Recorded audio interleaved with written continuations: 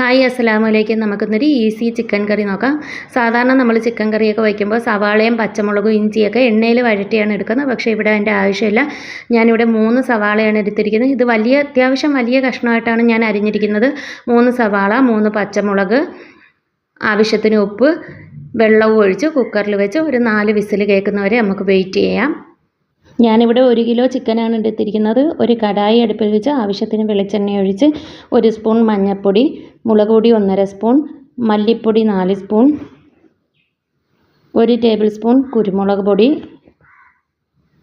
2 table spoon മസാലപ്പൊടി എന്നിവ ചേർത്ത് ഈ മസാലയുടെ എല്ലാം പച്ചമണം മാറുന്നത് വരെ നമുക്ക് നല്ല ചൂടാക്കി കൊടുക്കാം.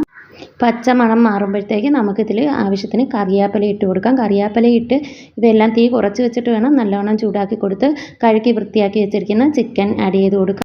ചിക്കനും മസാലയും നല്ലവണ്ണം മിക്സ് ചെയ്ത് കൊടുത്ത് ആവശ്യത്തിന് ഉപ്പിട്ട് 10 മിനിറ്റ് നമുക്ക് ചെറിയ തീയിൽ അടച്ച് വയ്ക്കാം. ഇതിനകത്ത് നമ്മൾ വേറെ വെള്ളം ചേർക്കേണ്ട കാര്യമില്ല. ചിക്കൻ്റെയും സവാളയുടെയും വെള്ളം തന്നെ ആവശ്യത്തിന് ഗ്രേവി ഉണ്ടാവും.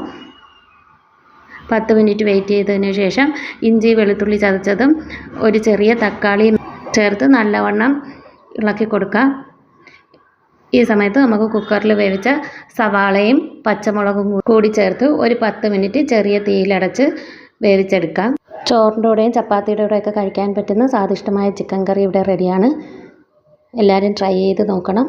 മറ്റൊരു വീഡിയോയുമായി കാണുന്നവരെ അസ്സലാമു അലൈക്കും.